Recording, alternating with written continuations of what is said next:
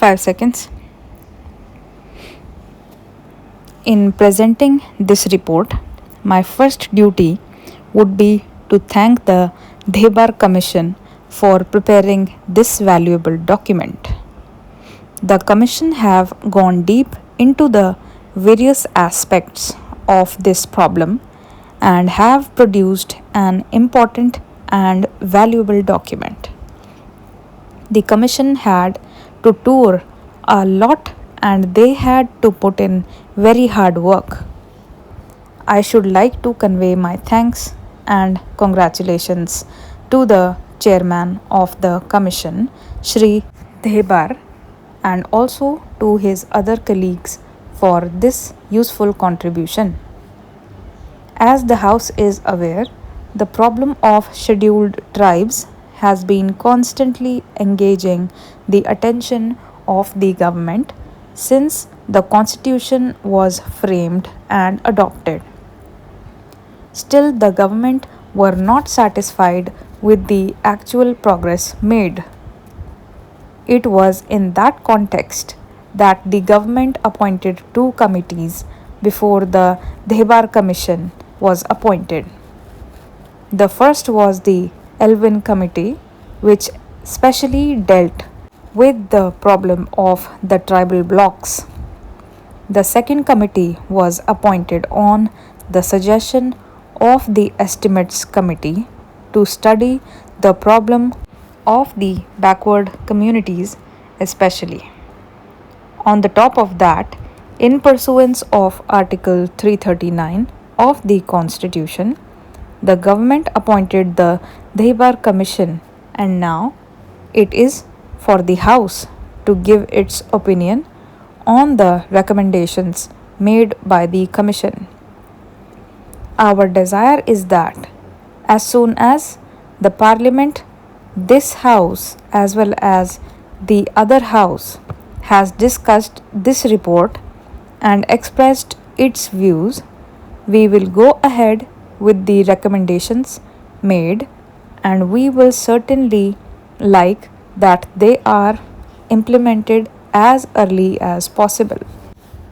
I do not want to enter into generalities, but it must be said that our country is vast and our problems are also immense.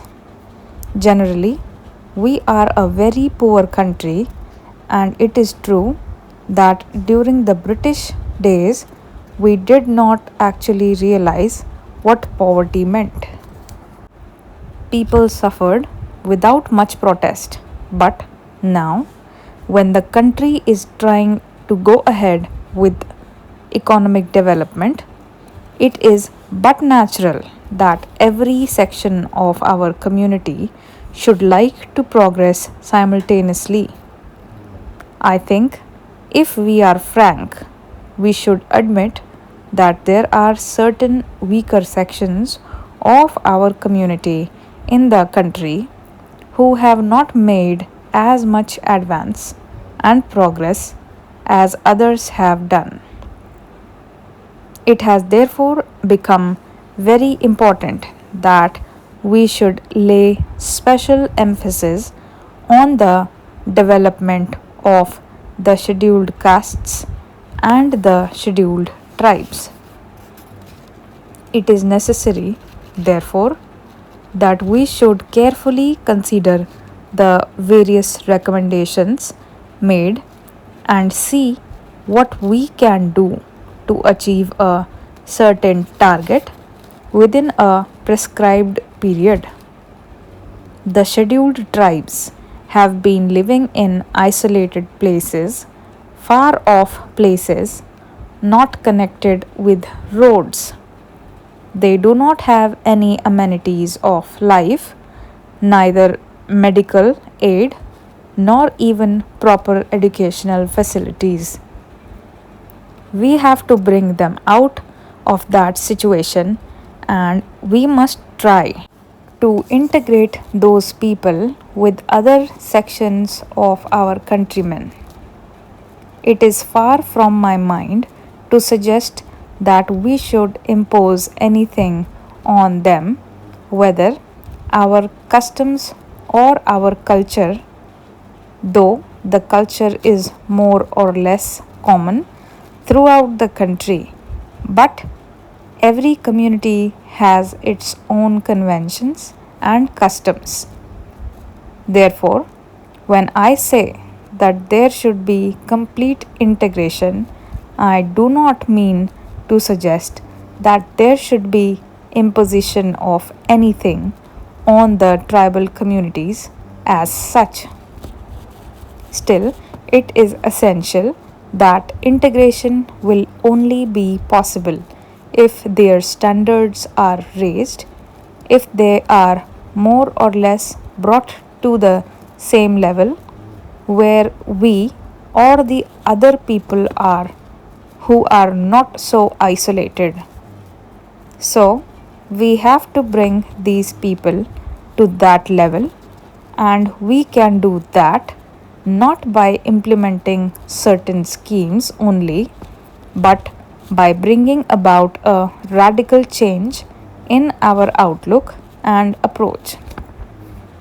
There may be different communities and different religions in our country, but India had its own unique tradition in the past, which we have to carry on and maintain even now.